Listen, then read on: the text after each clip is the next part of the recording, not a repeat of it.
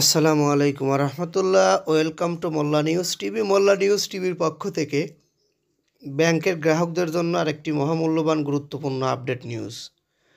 6টি ব্যাংক নিয়ে মহা দুঃসংবাদ। যদিও ব্যাংক 6টি বাংলাদেশে সচল, তাদের অতিরিক্ত তারল্য রয়েছে।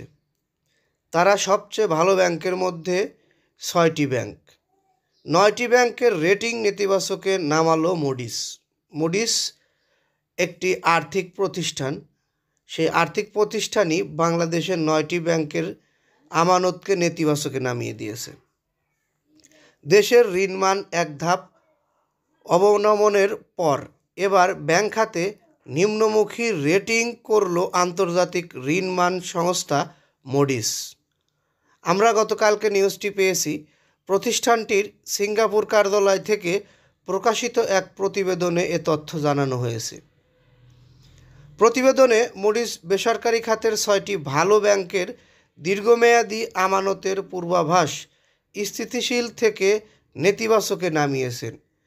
যে 6টি ব্যাংকের নাম আমি এখন আপনাদের মাঝে উল্লেখ করব, এই 6টি ব্যাংক আমাদের দেশের সবচেয়ে ভালো ব্যাংকগুলোর মধ্যে 6টি।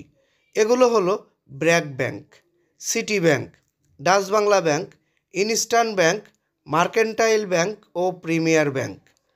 পাশাপাশি 3টি ব্যাংকের রেটিংও এক ধাপ অবনমন করা হয়েছে। এই ব্যাংকগুলোর মধ্যে ব্র্যাক ব্যাংকের দীর্ঘমেয়াদী স্থানীয় ও বৈদেশিক মুদ্রার আমানত রেটিং B1 থেকে B2-তে অবনমন করা হয়েছে, আর মার্কেন্টাইল ও প্রিমিয়ার ব্যাংকের রেটিং এক ধাপ অবনমন করা হয়েছে। তবে রেটিং অপরিবর্তিত রাখা হয়েছে সিটি, ডাচ বাংলা ও ইনস্টার্ন ব্যাংকের। এই বিষয়গুলো নিয়ে আমরা একটু হতাশার মধ্যেই মনে করেছি, কারণ আমাদের দেশের সবচেয়ে ভালো ব্যাংকগুলোর মধ্যে এই 6টি ব্যাংকের নাম আসে। সেই 6টি ব্যাংকের রেটিংই কমানো হলো।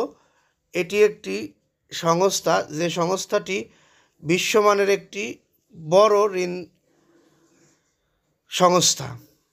এটি যেহেতু আমাদের রেটিং অবনমন করেছে, তার মানে এটি ফাইনাল। যাই হোক, আমরা আবার ঘুরে দাঁড়াতে পারবো বলে আশা প্রত্যাশা রাখছি। পরবর্তীতে আমাদের থেকে এরকম ধরনের আর্থিক প্রতিষ্ঠান, ব্যাংক সহ বিভিন্ন গুরুত্বপূর্ণ নিউজ পেতে চ্যানেলটি সাবস্ক্রাইব করে বেল বাটন অন করে রাখবেন। ভালো লাগলে লাইক, কমেন্ট, শেয়ার করবেন। এই বলে এখান থেকে বিদায় নিচ্ছি। আসসালামু আলাইকুম রহমতুল্লাহ।